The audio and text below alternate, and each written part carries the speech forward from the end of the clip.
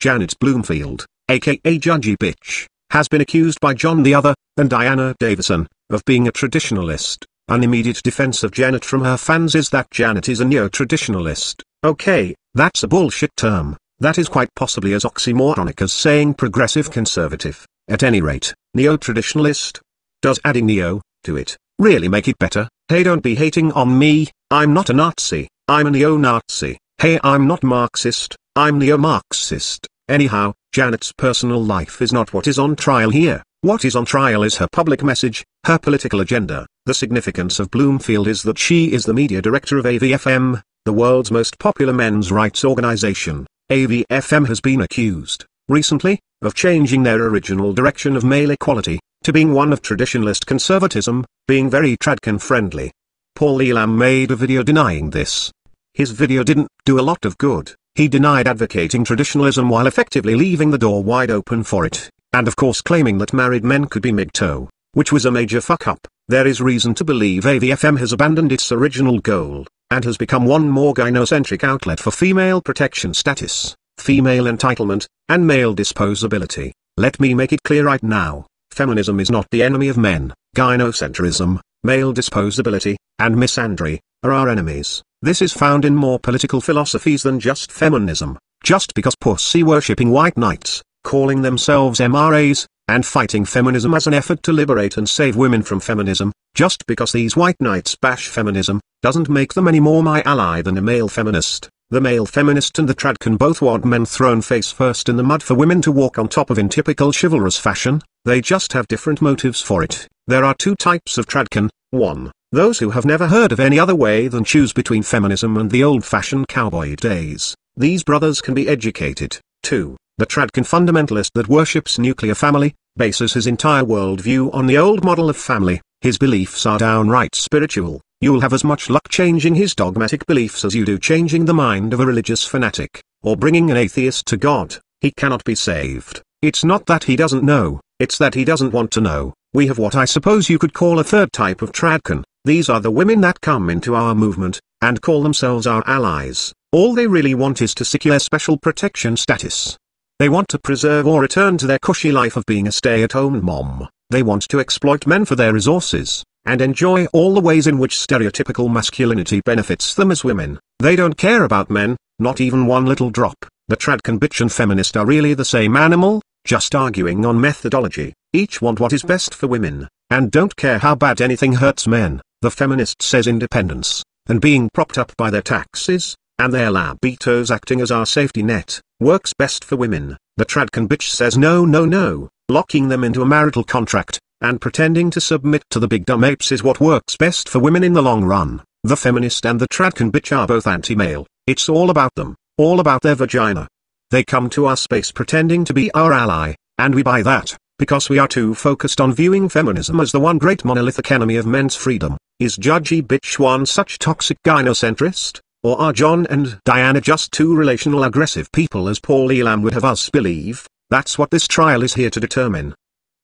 Diana Davison revealed some very nasty JudgyBitch quotes. If these quotes are accurate, and her current beliefs, Janet is as toxic to the well-being of men as Lacey Green or Rebecca Watson, and for Paul Elam to hire her as media director, defend her as media director, and keep her as media director, would show me that AVFM is as hostile to men's rights as any feminist organization. Let's take a quick peek at a few of these quotes, being read without context by Diana. Janet says, "Women should be cherished and protected by men." Why, Janet? Men like beauty. They always have and always will, and they will pay for it. Some will pay with a lifetime of labor and loyalty, like my husband.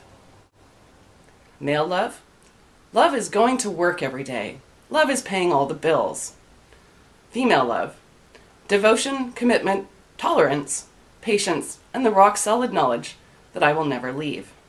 Oh boy, if those are still her current beliefs, and are not being taken out of context, this bitch, this judgy little bitch, is every bit as toxic to male well-being as Anita Sarkeesian or Jessica Valenti. Jessica Valenti says I bathe in male tears. Janet Bloomfield says I bathe in the spoils of male labor, because my vagina entitles me. Again, maybe we're missing something here. After all, I have not actually seen the context of that quote yet, but I have seen the context of one of Janet's quotes, that I think was misunderstood. It was this quote. Of course, there is a price to pay for surrendering formal power in favor of informal power. It means that our sons, our brothers, our fathers, our nephews, our cousins, our friends can be shoved off a cliff, and the murderess will face little to no consequence for that. In return for that sacrifice, we get the protection of men. Let me read off a little more of that blog post and I will link the exact entry in the info bar. Men sentence other men more harshly because they hold them to a higher standard when it comes to respecting formal power, because formal power is male power. Modern, liberal feminism has shattered the myth. Feminists rage and scream and cry at the power men wield in the formal institutions that govern our world, but refuse to relinquish one iota of their traditional informal power. Of course, there is a price to pay for surrendering formal power in favor of informal power. It means that our sons, our brothers, our fathers, our nephews, our cousins, our friends can be shoved off a cliff, and the murderess will face little to no consequence for that. In return for that sacrifice, we get the protection of men. It's really what it comes down to. Do you value men or do you not? It seems almost obscene to say that valuing men means you are willing to sacrifice a few to murderous women, but in truth, the only obscene thing is that women are prepared to sacrifice those men without giving up any of their own privileges. Pick one. Men protect us. Or they sentence us. In equal measure. We cannot have both. I'm going to copy-paste what I told someone in my comments regarding that quote. I think what Janet was trying to say is, hey you hypocrite women, you bitch about lacking formal power, yet deny the protection that comes with it. You can't eat your cake and have it too, she says. It seems almost obscene to say that valuing men means you are willing to sacrifice a few to murderous women, but in truth, the only obscene thing is that women are prepared to sacrifice those men without giving up any of their own privileges. That's a pro-male statement, I think. Just look at the second half of that statement. The only obscene thing is that women are prepared to sacrifice those men without giving up any of their own privileges. I am 85% sure she is making a male equality statement. I'll be honest, even after reading the entire article, I am not entirely sure I know what she is saying. Someone in the comments responded to me and added, I took that article to not be an inwardly focused one but an outwardly focused one aimed at traditional thinkers and feminists to think about what their own values entail. To the traditionalists it's an anti-feminist statement, to the feminists it's an anti-traditionalist statement, to egalitarians it seems bipolar. Though to the traditionalists who recognize that there is no going back, it's a statement on men's rights and how they need to be applied in modern times. Feminists, equality, then prove it. Traditionalists, do you value your men? Prove it. Again, the problem here is it just seems out of context, even on the blog, like, within the whole article. It feels out of context as a what the fuck statement. This isn't the only time Janet will blurt out completely random what the fuck moments. At any rate, that quote, I'm not saying Diana quote mind, I can't even say Diana is wrong. I personally think it was a pro-male statement telling women that when it comes to formal versus informal power, you can have one or the other. You can't have your cake and eat it too. Anyhow, let's get into some judgy bitch videos.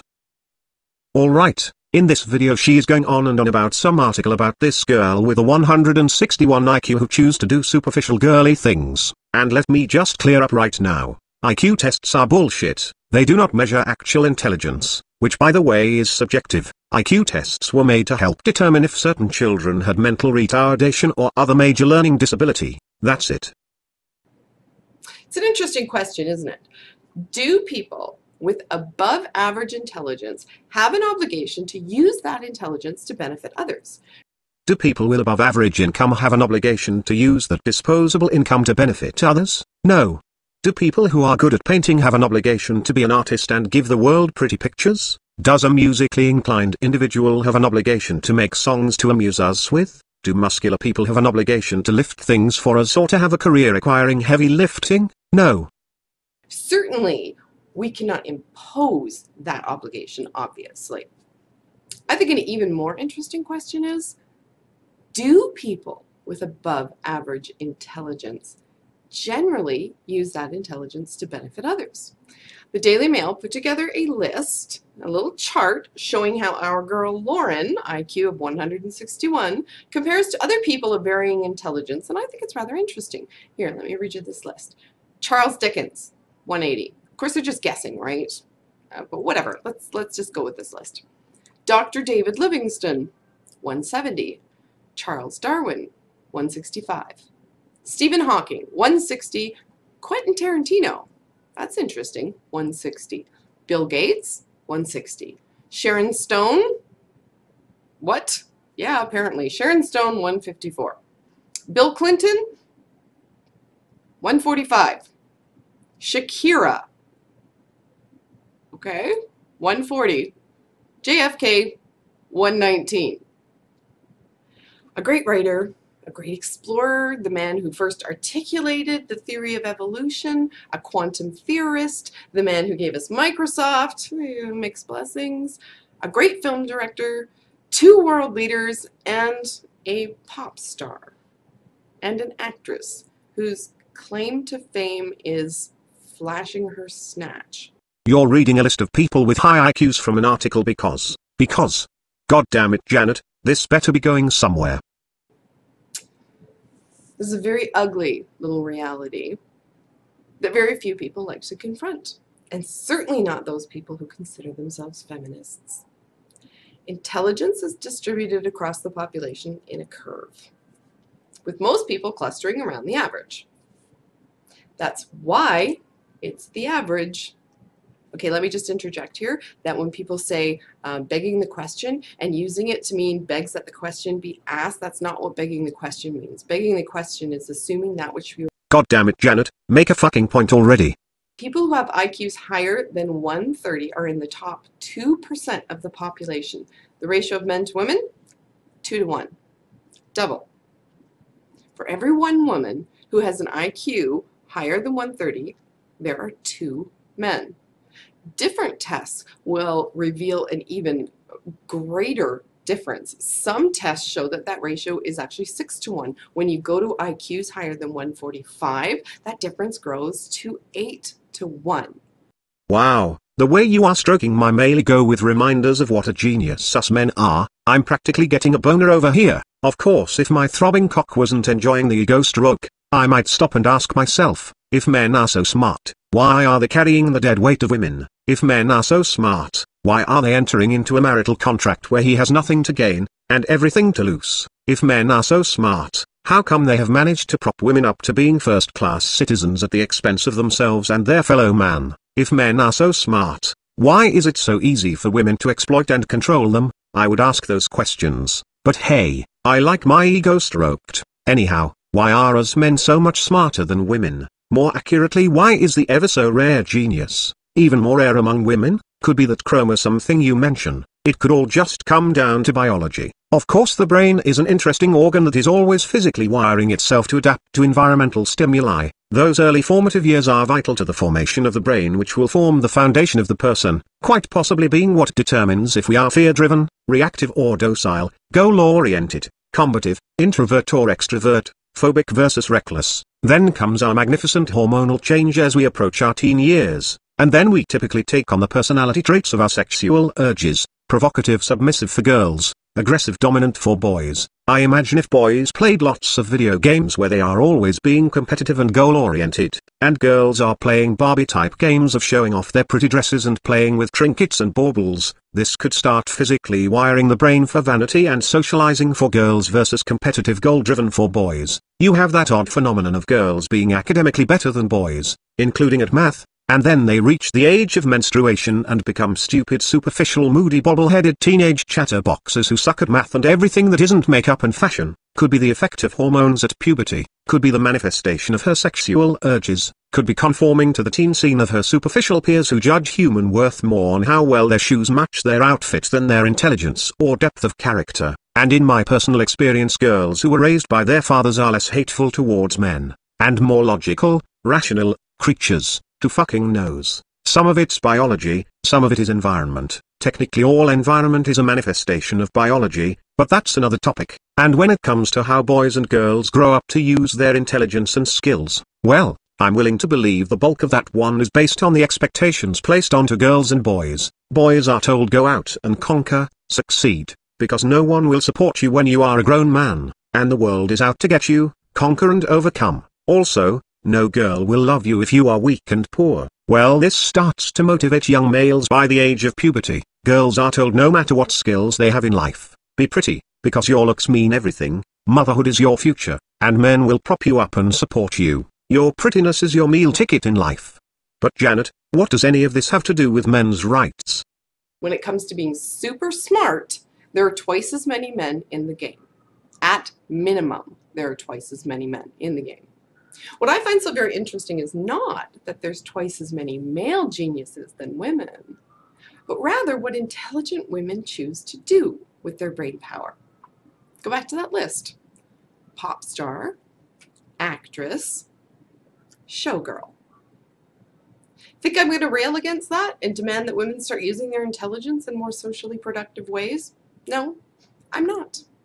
Women of enormous intelligence can do one thing that benefits everybody. Pass it on. Have children.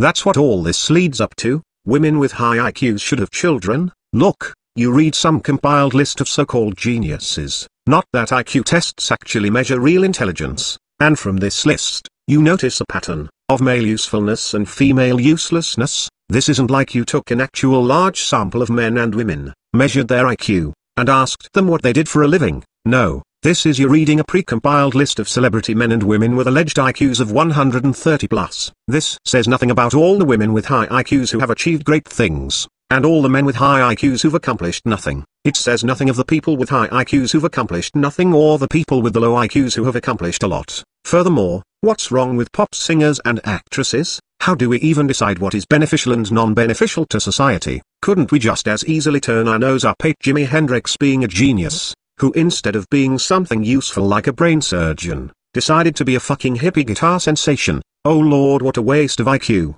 Now I know you said you are not demanding women be more productive with their IQs or whatever, but you seem to have that eye-rolling snarkiness when mentioning these female celebrities. But whatever. But aside from all that shit, the entire purpose of your video was, smart women should have babies. What you're basically saying in this video is, ladies, no matter how smart you are, just pop out kids. It's as if you're implying forego a career and just be a baby factory. You really think a high IQ is the basis in which someone should base their reproductive choices? What about money? Should uneducated women in the hood with high IQs breed? Should women who come from old money, yet only have mere 100-point IQ not breed? And what about the genius women who don't want children? Why pressure them to have children? And before you say I'm not pressuring anyone into doing anything.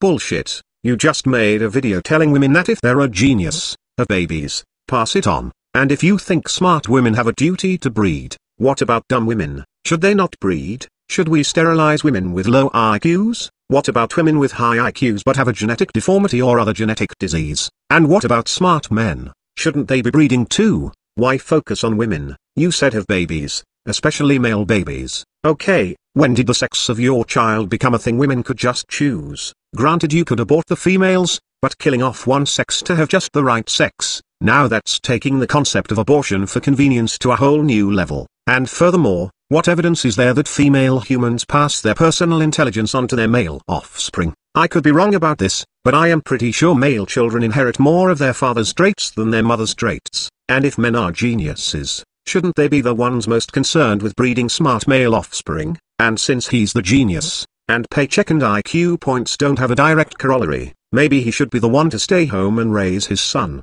helping to aid and foster his offspring's intellect. Now granted, you never came right out and said ladies, give up the career shit and pop out babies, then spend your life staying at home raising them while your man slaves his life away. You didn't come right out and say it, but, again, it's like the message here is, men are worker bees, and women are queen bees. Men slave their lives away to prop up an easy lifestyle for women whose role is to breed. Well, let me tell you something, if that's your message, this little worker bee isn't impressed. My message is, ladies, I don't care what your IQ is, make yourself a useful and productive person. Be strong, be adult, work, strive to better yourself, be a useful human being who can augment the quality of life to your partner. If you expect a man to pay your way, you're being an entitled little parasite. Your vagina does not entitle you to a free ride in life. Make yourself useful. Furthermore, ladies, even if you think you're entitled to have some man pay for you, you can't count on a man to pave your way in life for you. What if he dies?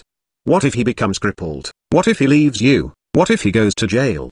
What if he becomes abusive? Be useful. Whether it's a brain surgeon or a dancer, just do something that can bring in money, and preferably be a lasting career. Hint, your looks go to shit by age 30. You should have a career in something that doesn't rely on your looks. Ladies, your vagina does not entitle you to be bought and paid for. Men, stop supporting women. Quit buying sex from them. Quit buying affection from them. Pull your pants up and have some self-respect, gentlemen. You're worth more than being a plow horse for some entitled vagina. Janet, I don't know what purpose your video was supposed to have. You are telling women with high IQs to just breed, and you're saying this to an almost entirely male audience, and the pretense is the need for more male geniuses.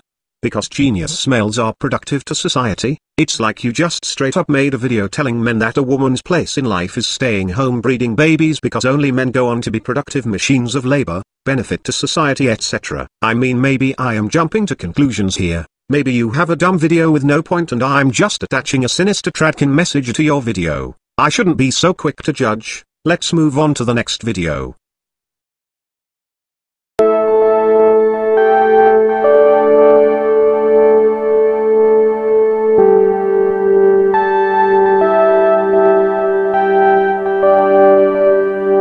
Hello, I'm Lieutenant Commander JudgyBitch. Welcome back to my YouTube show. Now, I know I said that I was going to be talking about rape culture, and I will, trust me. I have a few more thoughts on that subject. What? I didn't catch that last part. Your audio levels, by the way, suck. This recording is playing at 600% volume. That is 6 times original volume. I would manually adjust the volume section by section, as needed, but no, I'm going to play your clip in its native rotten audio levels. Didn't you go to college to learn how to do stuff like this in media? Or maybe it was just a degree in watching movies. Anyway, do continue, Lieutenant Vagina. Oh, I'm sorry, I guess it's supposed to be pronounced vagina. Fucking Venusian names. But today is an important cultural phenomenon that I think we should all be participating in. We should all be jumping in because it has some important things to say. Yes, what I want to talk about is Twilight. Bald-faced lying, calculated deceit. Bitch, please. Are you crazy? Twilight? Blah. My vampire boyfriend broke up with me, so I think I'll run off into the woods and just die. Bitch, you need to get up and join Starfleet. So Paul Elam's assigning you to media director was based on the idea that you could literally kill feminists by boring them to death? It's an interesting idea, Paul, but you got MRAs getting hit in the crossfire of boredom. It is 2 reasons that you need to watch Star Trek right now. Here's one. Star Trek embodies the idea that you as an individual can be part of something that is way bigger than yourself. Not just you, but a huge community of people of like-minded values who share the same goals. This is starting to feel collectivist, but do go on. Have the same desires. It doesn't stop you from being an individual. On the contrary, it makes you more of an individual. Back in 2000, Robert Putnam, very clever guy, wrote a book called Bowling Alone.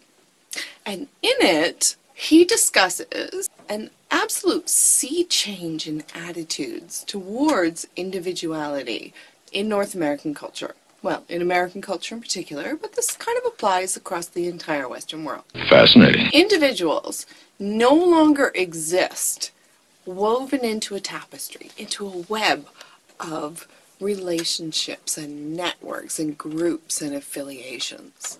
There's this new idea that in order to be an individual, you need to cast off all of those group affiliations. Well, it's a little problem with this. The most basic group that any individual belongs to is a family. You're born into a family. They constitute your identity. You move past that, you go on out into the world, and you create your own family.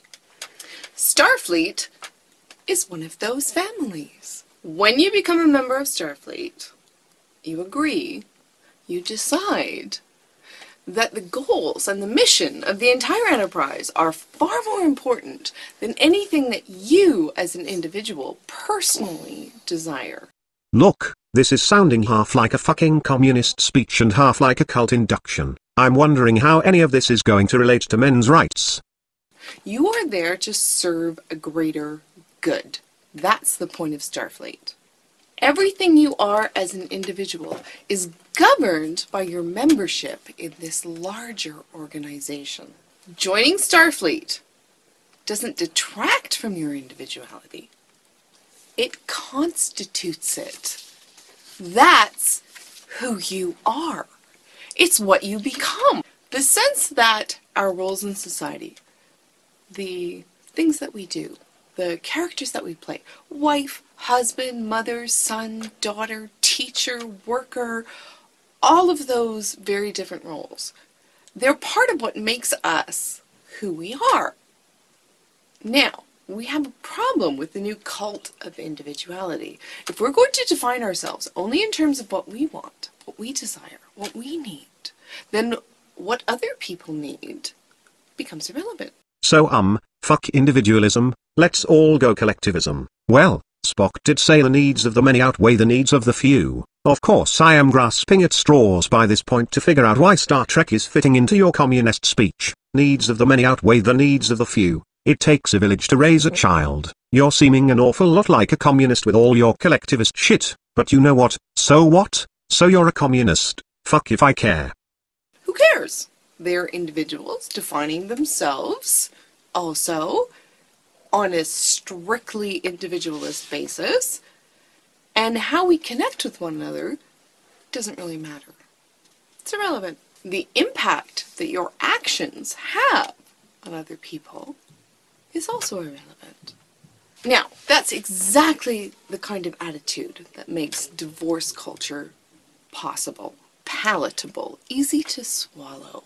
Divorce culture can't happen without marriage culture. If you don't get married, you can't get divorced. You have a real bullshit theory on divorce, by the way. Divorce isn't the result of individualism, it's economics really. Marriage was a contract uniting families and dealt with division of labor and the sharing of goods of both families. When shit gets rough, women get going and file for divorce. She knows that because we are a society that worships motherhood, she's guaranteed to get the child, and whoever gets the child hits the jackpot. Divorces can hurt women too, but all of us know it hurts men the most, and often downright benefits women. We're spoiled, we're rich, life is easy, and society is locked into the role of protect women, provide for women, so women win in divorce. It's why most divorce is filed by them. If we could break the notion of man as breadwinner, and we could break women are caregivers, and we could break women are just children to be protected and provided for by men, who are adults. If we could break that shit, women would stop benefiting by breakups. And the thing is, the courts are so crooked anyhow. The best thing to do is boycott marriage, have sex and babies outside of marriage, and granted, our marriage culture will force common law marriage onto you, and this is one of the reasons we need to be taking a hard stand against marriage and all marriage propaganda. Fuck this goddamn outdated marriage horse shit and all the tradscum who ram this shit down our throats and lead to a marriage culture where we get forced into marriage against our will via common law marriage. Even out of wedlock parenting is going to be plagued by our culture's paradigm of men as money makers and women as caregivers. That's why in a split, the lawful obligation to provide for the well-being of offspring is always going to result in women getting the children and men having to pay for it. And if you don't define yourself as an individual, as part of a family unit, you don't define yourself as a wife, a mother, a husband, a father, it makes it very, very easy to break apart that unit.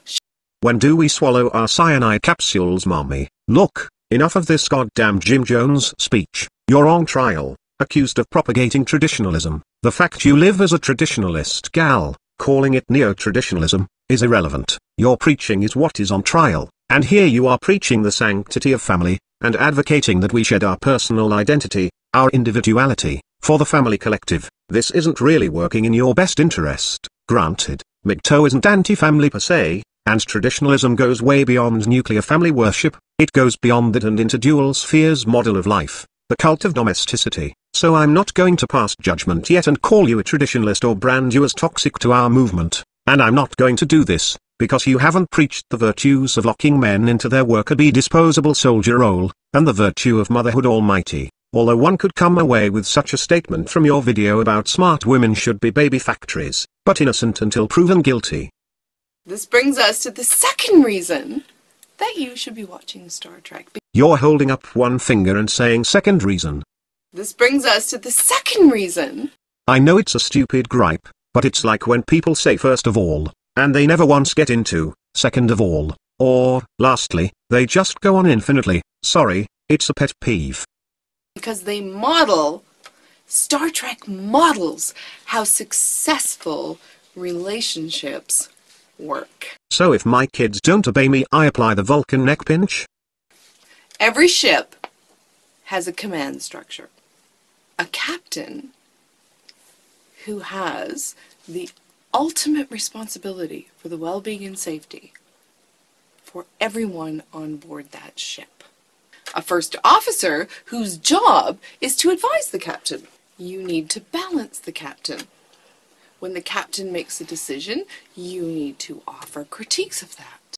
I seriously want to be a first officer. I get to make critiques. You know, nag and nag and nag and nag and nag and nag. Acting as a backseat driver, driving my captain up the fucking wall until he just becomes a broken man, caves in, and just starts in with yes dear, to avoid umpteen hours of my backseat driving, my nagging, my critiques, and if he should take my advice, and things don't work out, oh well, not my fault, responsibility falls on his shoulders, not mine. Hot damn, I want to be a first officer, and once he drops the ball, and the ship and crew is totally fucked, I get to divorce, jump ship, blame the whole thing on the captain. After all, I was only a first officer, ultimately everything was his fault. He has direct power, that I will control by proxy. I like power by proxy. I get practically all the power of being directly in control, but take none of the responsibility for anything ever. Rule by proxy. Wow, talk about a soft tyranny. Sign me up.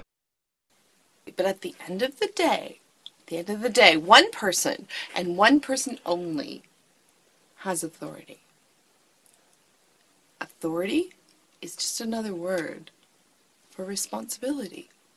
The differences between those four men and between any captain and first officer relationship in Starfleet has to do with risk. How willing are you to take a risk? And more importantly, how willing are you to live with the consequences in case that risk was miscalculated? The person with the highest tolerance for risk and the greatest willingness to assume responsibility should be the person with the most authority. That doesn't mean that any fucking jackass willing to throw caution to the wind and just charge into the fucking fray should be in control. No way. No. You see, this is where we spin right back to where we started. We come full circle. You need to be working in service to something greater than yourself. Something that's more than just you. Something that's bigger than just what you want and what you desire. Those things are interesting. Maybe. But they're no way to govern your life. You need to be part of something bigger than who you are.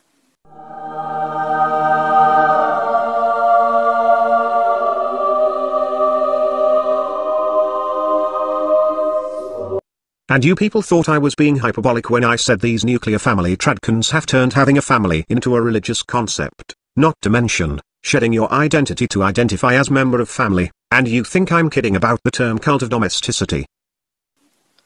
And that is what makes you who you are.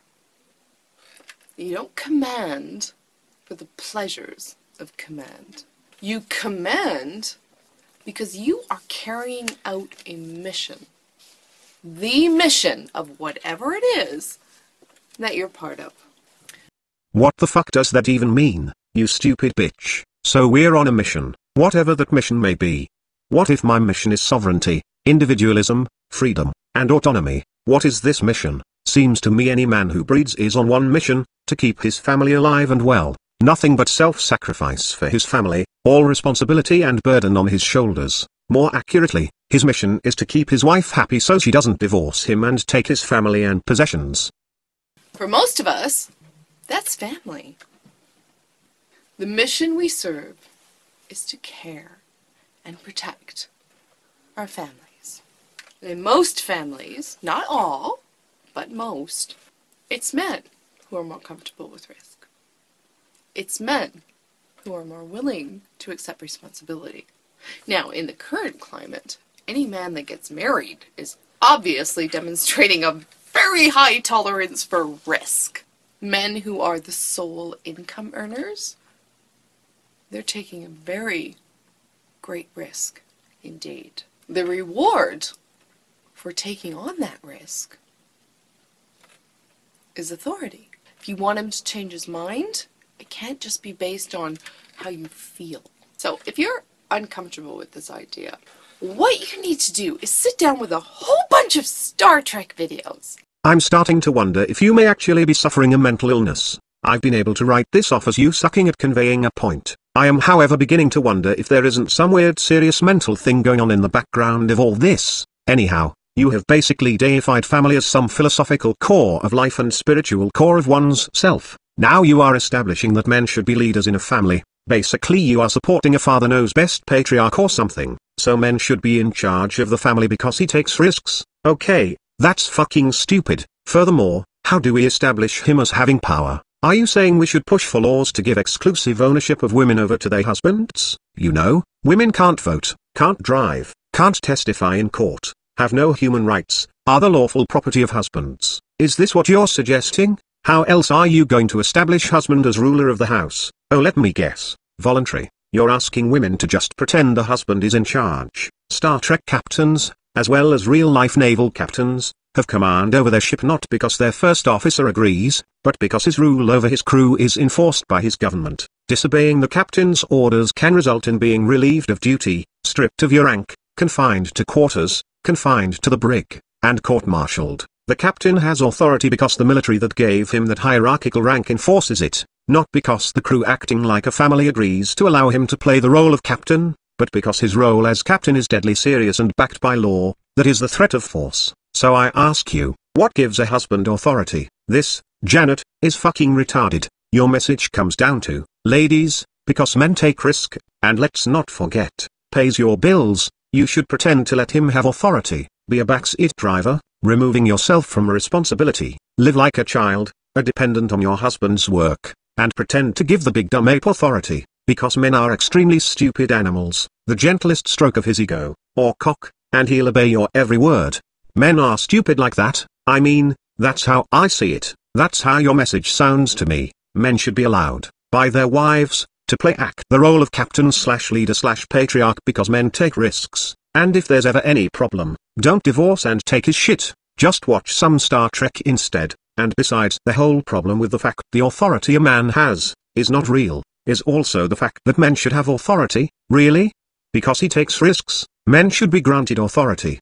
Because he is more comfortable taking risks, so women get to live life in the princess class because men, being big strong manly men, chest thumping and whatnot, are more comfortable with taking risk. That is fucking retarded. Men need to stop being retarded and realize there is no reason to prop up a parasite because she has a vagina. Your authority in a relationship is there, so long as your woman continues to allow you to pretend like you're in charge. I say, avoid marriage, don't start a family if at all possible, at least not until the laws give men custody of their own children instead of defaulting it to the female of the relationship due to traditionalist conservative worship of women as mothers and men as worker-bee breadwinners. Furthermore, it is not good for our society for women to be stay-at-home parasites, either being owned by or just pretending to be owned by their patriarchal husband. Women need to be treated like adults and act like adults, not placed into the position of dependent. Janet, you say men are more comfortable taking on risks. Well, too fucking bad. I don't give a shit about women and their goddamn comfort.